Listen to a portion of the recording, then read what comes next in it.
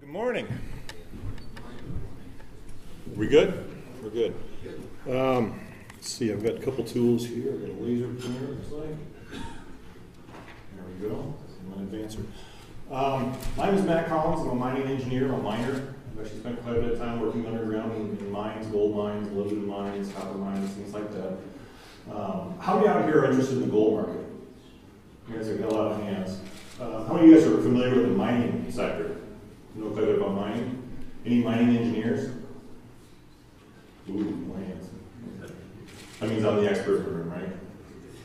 I'm going to buy your attention. I've got a gold nugget here from, this is from the California Mother Lode, who did this last year at the CIA, and I'm going to give this out to the person that I think gives me the best question at the end of this thing. I'm going to try and run through our presentation here in about 15 minutes, give me about 5 minutes for questions and answers.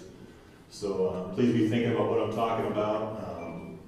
I will tell you, as a mining engineer, looking at a gold project like this, you have to be very skeptical and do your homework. Again, by the number of hands out here, I see a lot of you guys are invested or interested in the gold business. You're interested in mining, but how much do you really know about mining? How much do you really know about gold mining? So we'll try and talk a little bit about these things, but I'm hoping to pique your curiosity a little bit. Which way do I point? There we go. All right, so I'm going to put this up first. We're limited in what we can say by the Toronto Stock Exchange. We're a public company, and I can talk about arm-waving expectations, things like that, but I've got to be very careful about specifics. Technical definitions are very critical in our industry. When you talk about resources and reserves, things like that, you have to be very careful. So we're putting this up here so you're aware of what we're talking about.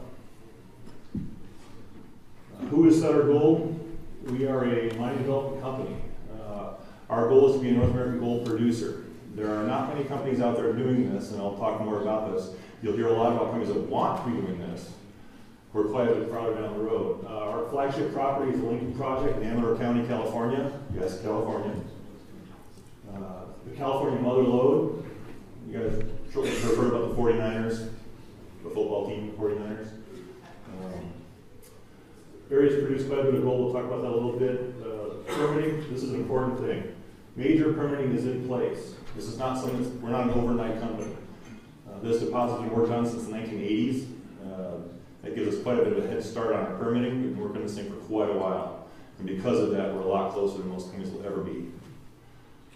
PEA is going to be completed in Q4.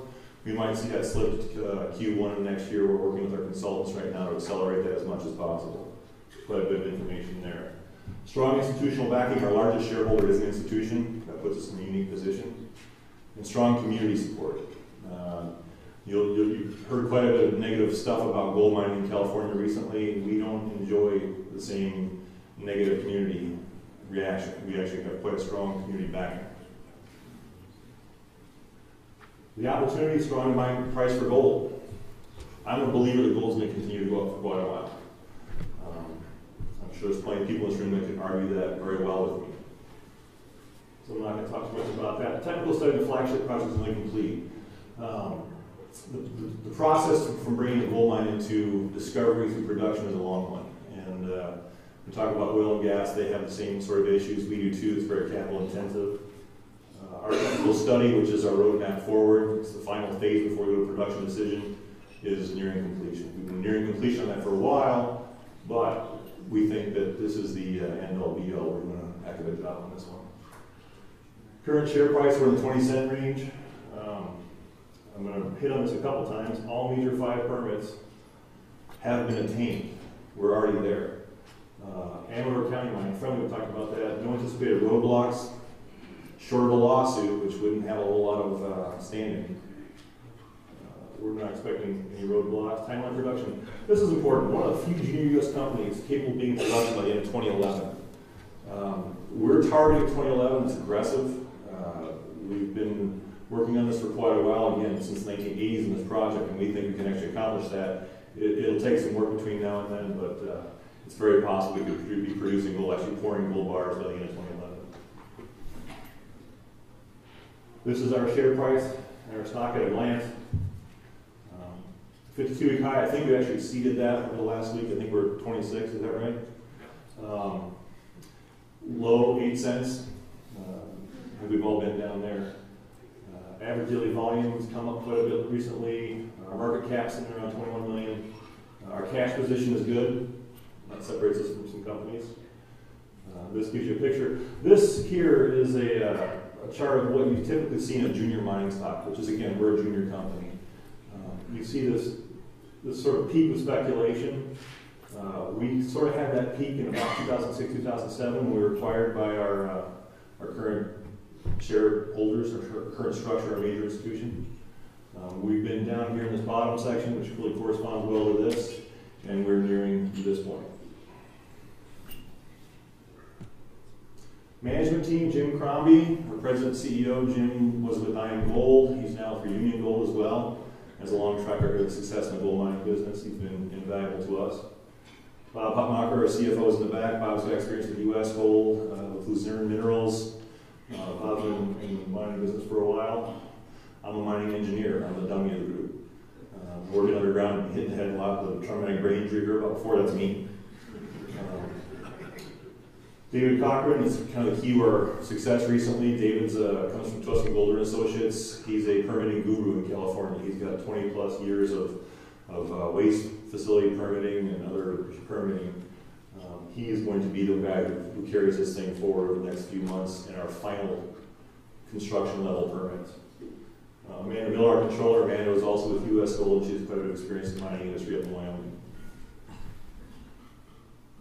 So the project we're talking about is the Lincoln Project, and it's right smack in the middle of the California Mother Lode. We're about 45 minutes outside of Sacramento, just to the east, right in the foothills of Sierra Nevada, great wine country.